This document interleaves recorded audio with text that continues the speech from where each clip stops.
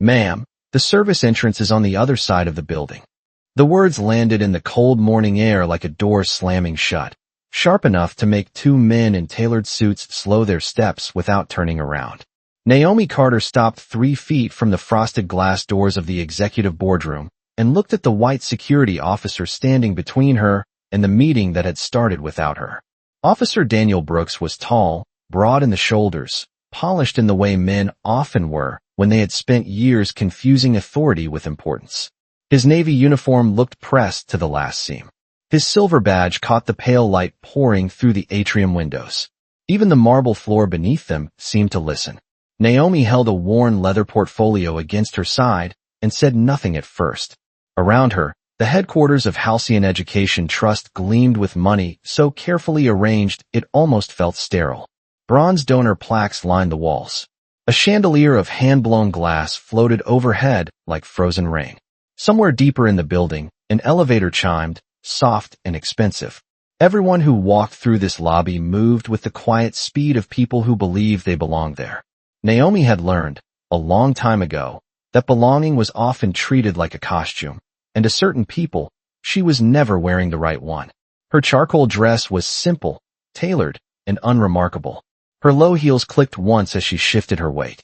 Her hair was pinned neatly at the nape of her neck. There was nothing careless about her, nothing uncertain, yet Brooks's eyes skimmed over her the way people looked at a problem before deciding it was someone else's responsibility. "Board members already checked in upstairs," he said, lowering his voice just enough to make the insult feel private, which somehow made it worse. "If you're here to drop off materials, reception can help you downstairs." Naomi lifted her chin a fraction. The glass doors reflected a muted outline of her face, steady and unreadable. She could see the blur of movement on the other side, silhouettes taking seats around a long conference table, the faint motion of hands, papers, coffee cups. 12 people were in that room. 11 of them were waiting. One of them, whether he knew it yet or not, was standing in her way. Brooks extended his arm, not touching her, but close enough to make the point. It was practiced, that gesture. Clean. Legal. Humiliating. "I need you to step back, ma'am." Naomi's fingers tightened around the portfolio until the leather creaked softly. For one suspended second, the whole lobby seemed to draw in a breath with her. She noticed everything then. The scent of lemon polish rising off the marble, the low mechanical hush of the ventilation, the nervous glance of the young receptionist pretending not to stare, the digital clock behind the desk flipping from 8:59 to 9 o'clock. Right on time. Naomi turned her eyes back to him, and when she finally spoke, her voice was calm enough to cut. "I'm exactly where I'm supposed to be." Brooks gave a short smile that carried no warmth at all, only certainty. He reached for the badge clipped to her portfolio, and as his fingers brushed the edge, the folder slipped from her grasp. Papers spilled across the white floor like scattered truth. One page slid neatly to a stop at the toe of his polished shoe. His gaze dropped. The bold line at the top was impossible to miss. Board vote on security conduct review. And just then, behind the frosted glass, the boardroom doors began to open. The page at Daniel Brooks's feet seemed to pull the warmth out of the room. He stared at the words for half a second too long, and in that half second the confidence in his face shifted into something thinner, something uncertain. Naomi saw it happen without changing expression. The boardroom doors parted fully behind the frosted glass, and Marcus Hale stepped into the hallway with the look of a man already apologizing for a delay he did not yet understand. He was in his early 50s, silver at the temples, his tie slightly loosened from a morning that had started before sunrise. The moment his eyes found Naomi, relief crossed his face so plainly it almost felt personal. "Chair Carter," he said, moving forward at once. "We were about to come get you." The silence that followed was delicate and terrible. It spread across the marble floor, climbed the donor walls, and settled over the reception desk where the young woman sitting there stopped pretending to answer emails. Brooks straightened, but his body no longer looked as certain as his uniform. Naomi bent gracefully, gathered the loose papers, one by one, and slid them back into her portfolio with hands that did not hurry. She was used to this part, not the apology, but the moment before it, when people tried to rearrange their memories fast enough to avoid meeting the truth of themselves. Marcus glanced down, saw the agenda sheet, then looked from Naomi to Brooks and understood enough. Not everything, but enough. Officer Brooks, he said carefully, is there a reason Chair Carter was not allowed to enter?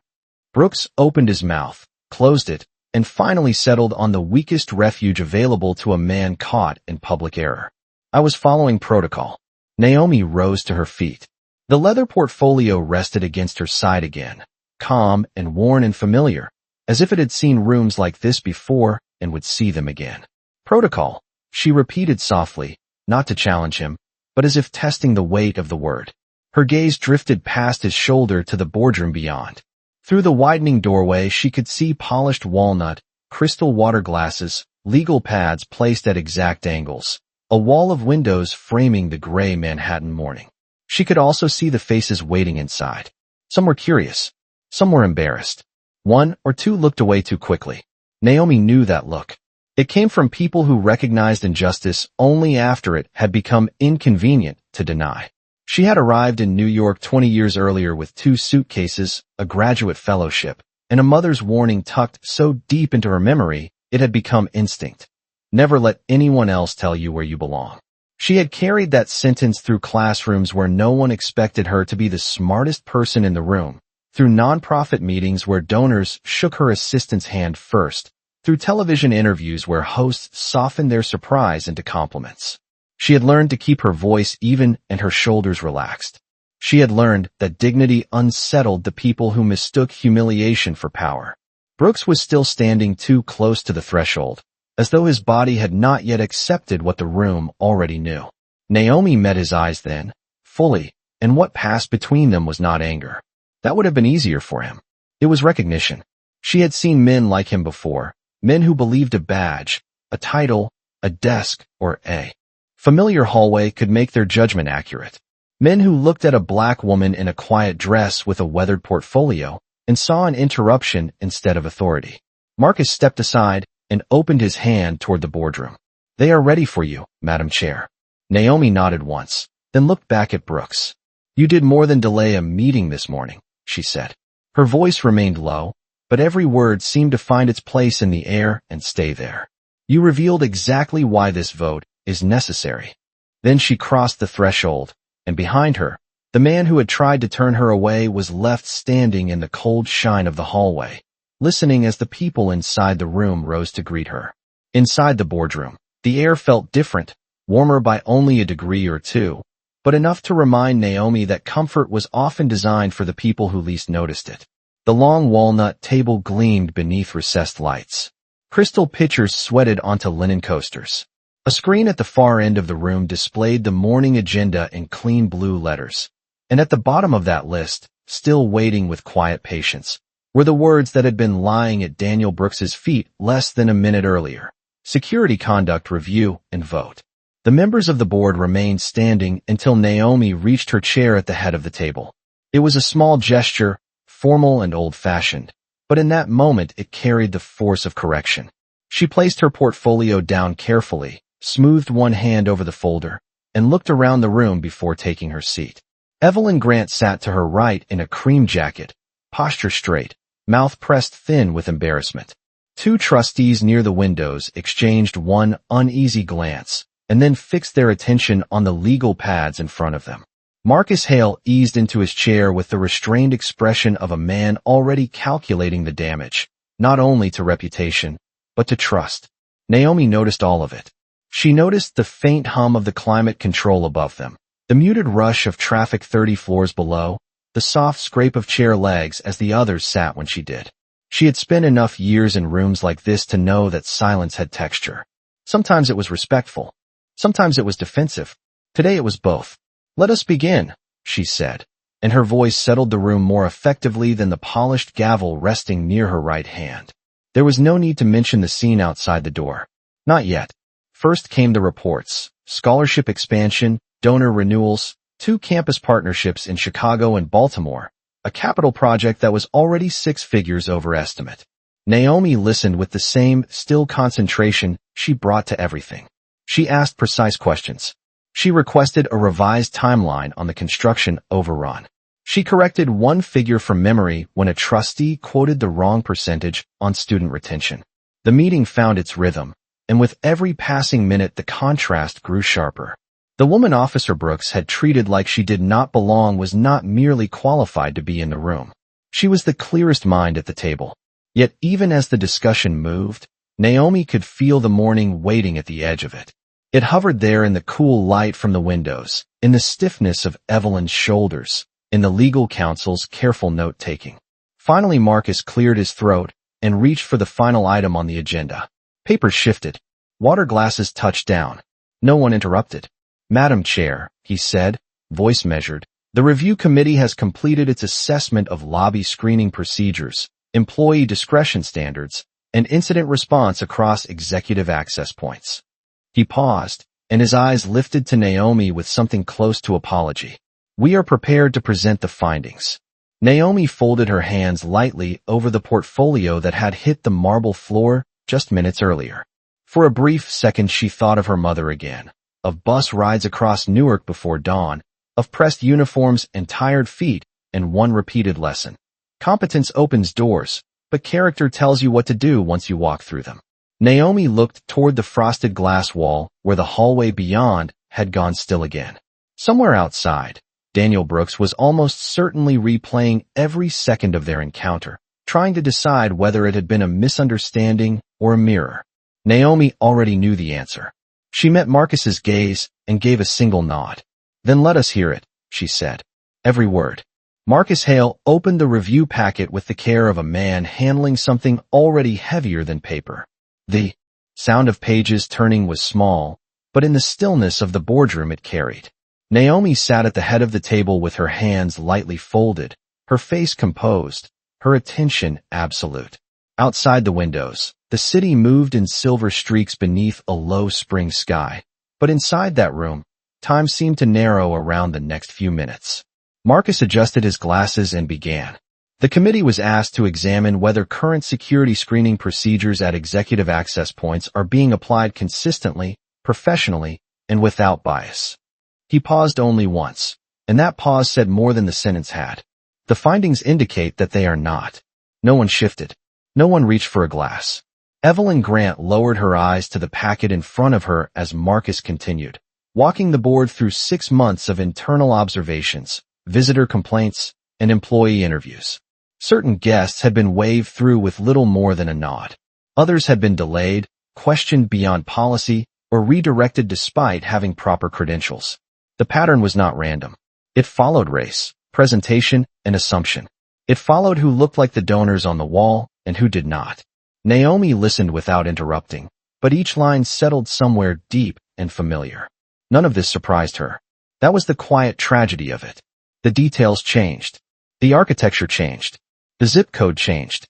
But the basic insult remained faithful to itself. A black woman could arrive prepared, invited, qualified, and fully expected, and still be treated like an error before she was treated like a person. Marcus turned a page. The committee also reviewed discretionary judgments made by front-facing security staff at this location. He did not say Daniel Brooks's name immediately.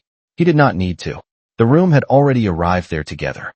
In multiple instances, he said, Officer Brooks exceeded screening protocol and relied on subjective interpretation of appearance, status cues, and personal assumptions rather than documented access criteria. One trustee, near the windows, exhaled through his nose and removed his glasses. Another leaned back as if distance could make the report less true. Naomi remained still. Her stillness was not passive. It was disciplined. The kind built over years of choosing precision over reaction because she had learned early that some people only heard black women when they were calm enough to be misread as unhurt. Marcus continued, and the language became more direct. Executive guests of color had been asked for repeated verification more often than white guests. Community partners had reported feeling managed instead of welcomed. One scholarship donor from Atlanta had nearly left the building after being mistaken for delivery staff. A visiting university president had been told to wait in the public lobby, while 3 white consultants were escorted upstairs without question. The report named patterns, but Naomi heard memories. Rooms where people apologized too late. Hallways where courtesy arrived only after credentials did. The board table reflected the overhead lights in a long pale line. And for a moment Naomi saw her mother's hands again, folding uniforms at the kitchen table in Newark, saying in a voice worn by experience, "Some people will ask who you are only after they decide what you are worth." When Marcus finished the findings, he set the packet down. The motion sounded final. "The committee recommends immediate corrective action," he said. "Mandatory retraining, revised screening standards, external oversight for 90 days, and disciplinary review of Officer Brooks effective today." The words hung in the room with clean edges. Naomi let the silence settle before she spoke. She looked around the table slowly, not to search for agreement, but to give every person there a chance to meet the truth without hiding behind procedure. "Bias rarely announces itself," she said. "It dresses itself up as caution, policy, professionalism, even common sense. That is what makes it dangerous." Her voice never rose, yet every face turned fully toward her. This morning was not an exception to the report. It was the report, standing in the hallway, looking me in the eye. The room stayed silent after Naomi spoke, but it was no longer the silence of polite discomfort. It had sharpened into something harder to sit with. Around the table, the trustees seemed to understand that the morning had crossed a line no report could soften. The humiliation had not happened in theory. It had happened under their roof, beneath their name, on the very day they were supposed to vote on whether their institution still deserved to call itself principled. Evelyn Grant was the first to move. She reached for her water glass, then stopped before lifting it, as though even that small gesture felt too casual now. "We cannot treat this as a training issue alone," she said, her voice low and strained. "This is a credibility issue." Naomi did not answer immediately. She let the words sit where everyone could hear what they meant. Credibility was what organizations said they valued when conscience felt too personal. Trust was what they used when the damage had already reached beyond paperwork. Marcus glanced toward the doorway, then back at the board packet in front of him. "There is one more matter," he said. "Because the incident this morning occurred after the review committee completed its work, but before the board voted, it must be entered into the official record as a live example of conduct under review." A faint rustle moved through the room. Naomi noticed the discomfort again, but now it had shape. It was no longer embarrassment over a mistake. It was fear of what honesty would require. "Entered by whom?" one trustee asked quietly. Marcus lifted his eyes. "By the chair, if she chooses." That shifted the weight of the moment onto Naomi in a way that would have crushed a smaller spirit. She understood the trap immediately. If she named what happened, some would call it personal. If she remained silent, others would treat that silence as proof that the harm had not truly mattered. This was how systems protected themselves. They turned injury into a burden of presentation and then waited to see whether dignity would become self-erasure. Naomi looked down at the pages in front of her. The print was crisp, black, perfectly aligned. Policy always looked so clean on paper. Her reflection shimmered faintly in the polished walnut table beneath it, a woman composed enough that strangers often mistook her stillness for ease. But inside, old memories had begun to stir. A department store manager following her mother between aisles without ever saying why. A professor praising her paper as surprisingly strong. A donor once asking if she was part of the catering staff while she stood beside her own presentation board. None of those moments had knocked her down. That was never the point. The point was erosion. The steady pressure of being told, again and again, that your presence needed explaining while everyone else's presence was simply accepted. Naomi raised her gaze and met each face at the table one by one. "Yes," she said at last. "It should be entered into the record." No one moved. She continued, and her voice was so calm it made the truth land harder. "At 9 o'clock this morning, with full credentials and a scheduled place in this meeting, I was stopped outside this boardroom and redirected as though I could not possibly belong here. I was not asked who I was before assumptions were made about what I was." She let that sentence breathe. That distinction matters. Evelyn closed her eyes for a brief second. One trustee near the window shifted forward, elbows on the table now, no longer hiding behind distance. Marcus's pen moved across the page, recording each word. Naomi could hear it, the faint scratch of ink on paper, and the sound stirred something inside her that was not bitterness, not even vindication, but a steadier thing. Witness. For years, people like Daniel Brooks had depended on moments like this dissolving into embarrassment and being politely forgotten. Today, the forgetting stopped here. Naomi rested her hand over the report. The question before us is not whether one officer made one poor judgment, she said. The question is whether we are honest enough to admit that institutions reveal themselves most clearly in the moments they think no one important is watching. No one spoke after Naomi finished. The silence that followed was not empty. It was full of breathing, paper, memory, and the quiet strain of people realizing that policy had just become personal in a room built to keep those things apart. Outside the wall of windows, the clouds had thickened over Manhattan, soft gray folding over glass towers and river light, until the city looked less like a symbol of power and more like something weathered, human, unfinished. Naomi let her eyes rest there for a moment. She did not do it to escape the room. She did it to steady the pulse beneath her ribs, to give herself one clean breath before the next truth arrived. The boardroom had grown warmer, or perhaps the tension had. A bead of condensation slipped down the side of a water glass near Evelyn Grant's hand. Somewhere above them, the ventilation hummed with the same indifferent rhythm it had carried all morning, as if buildings could remain innocent while the people inside them chose otherwise. Naomi thought of the hallway again. The white floor, the scattered papers, the way Daniel Brooks had looked at her before he knew her title, and the different way he had looked after. That difference had always interested her more than anger. Anger was obvious. Fear was obvious. But the moment respect appeared only after status had been revealed, that was the true confession. It said more than any insult ever could. It said the humanity had not changed, only the risk of dismissing it. Her mother used to call that kind of moment a test of the soul. Not the one faced by the person insulted, the one faced by the person doing the insulting. Naomi could still see her mother at the kitchen sink in Newark, sleeves rolled up, evening sun pressing gold through thin curtains, saying the same thing she always said when the world made itself smaller than it needed to be. Do not let bitter people teach you what you are worth. Naomi had carried that sentence into every room where someone tried to reduce her before they had the courage to know her. She had carried it through scholarship interviews, foundation dinners, late-night strategy sessions, and once through a hotel lobby where a man handed her his coat because he assumed she worked there. She had not forgotten any of it. But she had learned something more difficult than remembering. She had learned how to remain whole without becoming hard. That was why she sat so quietly now, not because the morning had not touched her, but because it had, and she refused to let ugliness choose the shape of her response. Across the table, Marcus lowered his pen. Evelyn folded her hands. Even the trustees who had spent years mistaking civility for courage seemed to understand that this pause mattered. It was the kind of pause in which institutions either defended themselves or told the truth. Naomi looked down at the report one last time, then placed her palm flat against the cover as if blessing it or burying it. When she spoke, her voice was softer than before, and somehow that made every person lean in. What happened this morning is not the whole story, she said. It is only the part that became visible. Her gaze moved from face to face, calm and unhurried.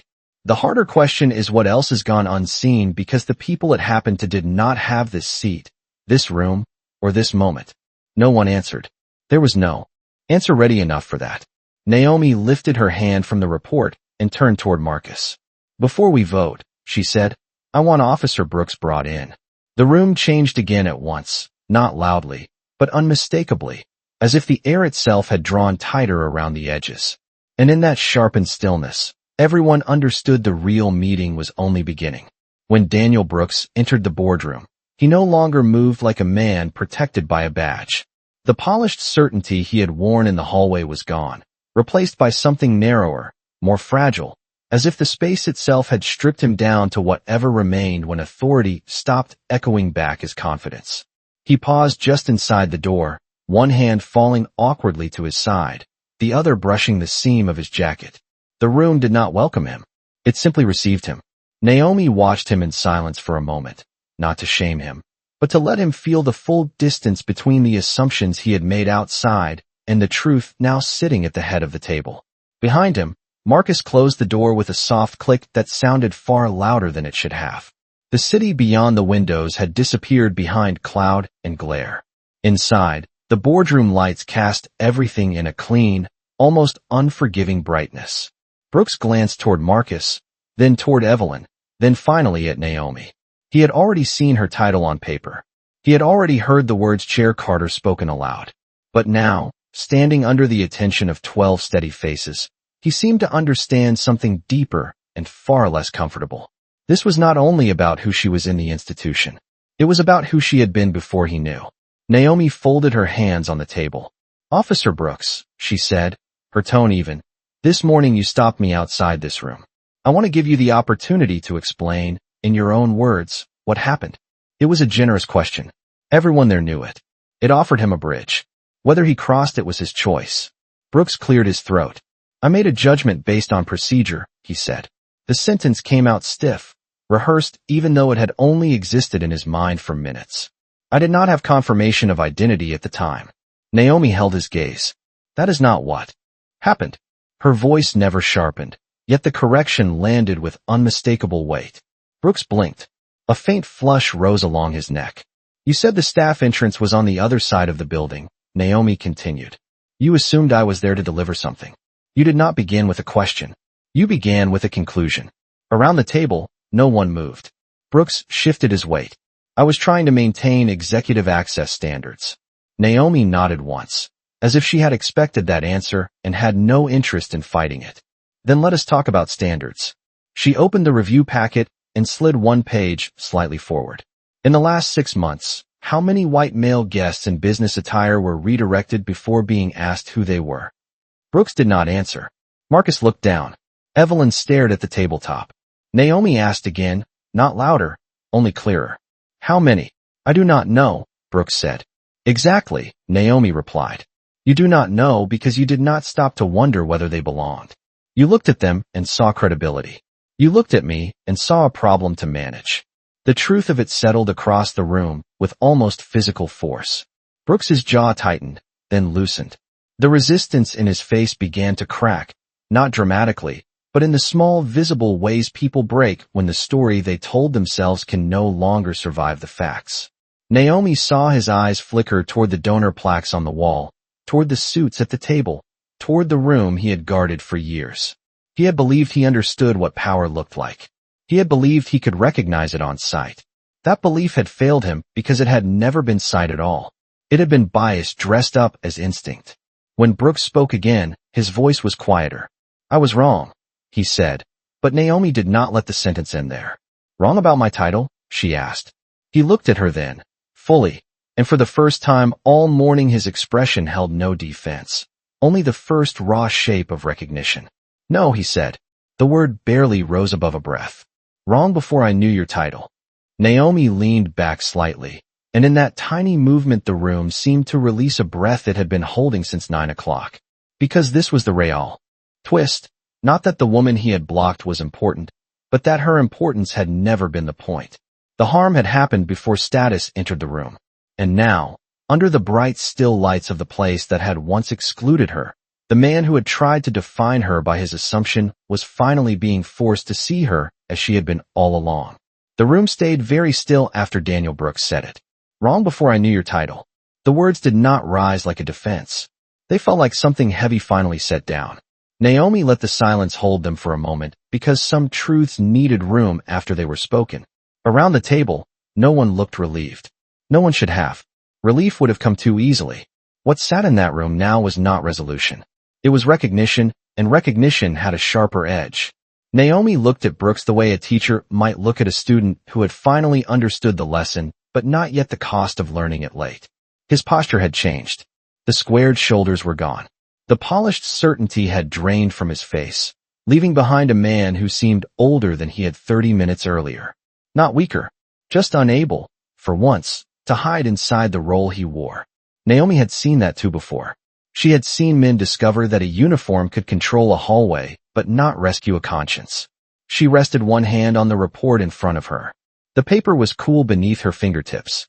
"Do you understand," she asked, "that your apology cannot begin with who I turned out to be?" Brooks swallowed.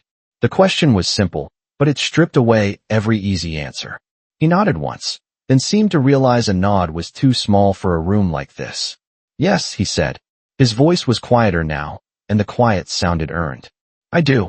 Naomi watched him for another breath, measuring not the sentence, but whether he had stepped fully into it. Then begin where the harm began, she said.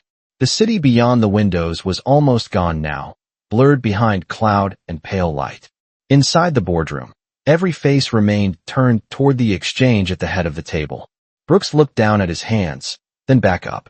I looked at you, he said slowly, each word pulled from somewhere deeper than pride, and I decided what kind of person you were before I gave you the respect of a question. I treated suspicion like judgment. I treated my assumption like fact, and I would not have done that to everyone. The sentence settled over the room with a painful clarity. Naomi did not interrupt. She knew the difference between a man speaking to protect himself and a man finally hearing himself clearly. This was the second one. Evelyn Grant closed her eyes briefly. Marcus set his pen down and folded his hands. Even the trustees who had spent the morning thinking in terms of policy now looked as though they understood this had moved beyond policy into something moral, something permanent. Naomi leaned back slightly in her chair. There was no triumph in her face. That was what made the moment harder to forget. She did not look victorious. She looked exact. Thank you for telling the truth, she said. Brooks seemed startled by the words, perhaps because he had expected punishment to arrive before dignity. Naomi continued before the surprise could settle into hope. Truth does not erase damage, but it is the first thing that keeps damage from multiplying. She turned her gaze toward the rest of the board. That applies to institutions too. A faint sound came from the hallway outside, a phone ringing far away, then stopping. The building continued around them, polished and expensive and unaware that one room inside it had shifted by an inch toward honesty.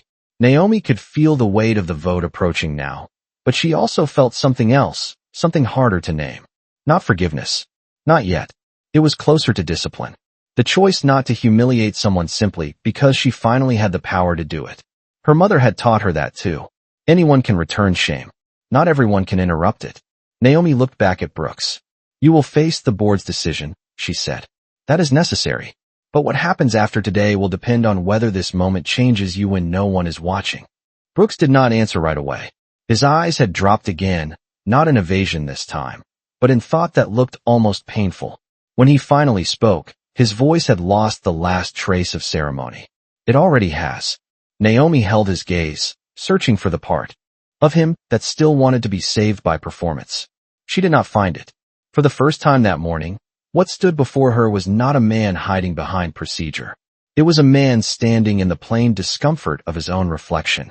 Naomi turned slowly toward the board packet, her fingers resting on the page that would decide what came next, and the room understood that mercy had entered the conversation, but not in the way anyone expected. Naomi lowered her eyes to the page before her, then lifted them to the board with the same calm that had carried her through every door that had once tried to close against her. The vote was taken without drama. One by one, hands rose around the walnut table, not quickly, not reluctantly, but with the grave steadiness of people who understood that decisions meant nothing if they arrived too late for courage. The motion passed unanimously. Immediate disciplinary review. Mandatory retraining across all executive access points. External oversight for 90 days. A formal apology process for those previously mishandled. The language was precise, institutional, necessary. But Naomi knew policy was only the frame. What mattered was whether the people inside it had changed. Marcus recorded the vote. Evelyn signed the authorization sheet with a hand that trembled only once. Daniel Brooks stood in silence near the door, listening as the consequences of a morning built on assumption were written into the permanent life of the institution he had believed he was protecting. When Marcus finished reading the resolution aloud, the room fell quiet again. Naomi looked at Brooks, and for the first time since he had entered, there was no distance left in her gaze, only clarity. This decision is not revenge, she said. Revenge is interested in pain. Accountability is interested in truth. Brooks swallowed and gave a small nod, not because the words eased anything, but because they did not. They required something harder. Naomi continued, her voice low and steady, built for rooms that had too often mistaken gentleness for surrender. You were trusted with a threshold. That trust was not only about keeping people out. It was about knowing how to let the right people in without forcing them to prove their humanity first. No one moved. Outside, a soft rain had begun to bead against the high windows, silvering the skyline and blurring the sharp edges of the city into something almost tender. Naomi heard it before she fully saw it, the faint whisper of water against glass, and the sound seemed to wash some of the heat out of the room. Brooks looked down at the floor, then back at her. "I understand," he said. This time he did not sound like a man trying to survive a meeting. He sounded like a man standing in the first honest minute he had had all day. Naomi believed him, though belief did not cancel consequence. That, too, was part of maturity. She closed the board packet and rested both hands on top of it, the way someone might rest a hand over a wound after it had finally been cleaned. "Then do not waste this moment," she said. "Some people go their whole lives without being forced to see themselves clearly. You do not have that excuse anymore." Brooks drew in a slow breath, then nodded again. It was not the nod of a guard receiving instruction. It was the nod of a man who had just realized that respect was not a favor he gave from above. It was the minimum he had owed from the beginning. Marcus stood and opened the door for him, but Brooks did not rush to leave. He paused, turned back toward Naomi, and with no audience left to impress and no script left to hide behind, he said, "I am sorry." Naomi held his gaze for a moment, then inclined her head once. Not absolution, not rejection, just acknowledgement. It was enough. Brooks stepped into the hallway and disappeared beyond the frosted glass, his reflection thinning across the polished floor until it was gone. Inside the boardroom, no one spoke. The rain tapped softly at the windows. A water glass caught the gray light and held it. Naomi rose at last, gathered her worn leather portfolio, and stood at the head of the long table while the others remained seated, as if none of them quite knew how to move too quickly after what they had witnessed.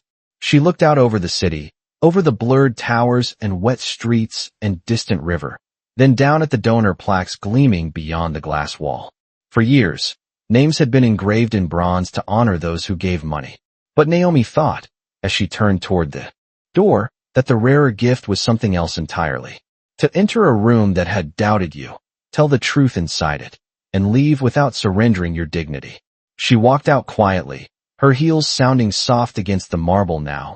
The building somehow changed, though nothing in its architecture had moved. Behind her, the boardroom stayed still. Ahead of her, the hallway opened in a long band of pale light. And for the first time that morning, no one tried to stop her.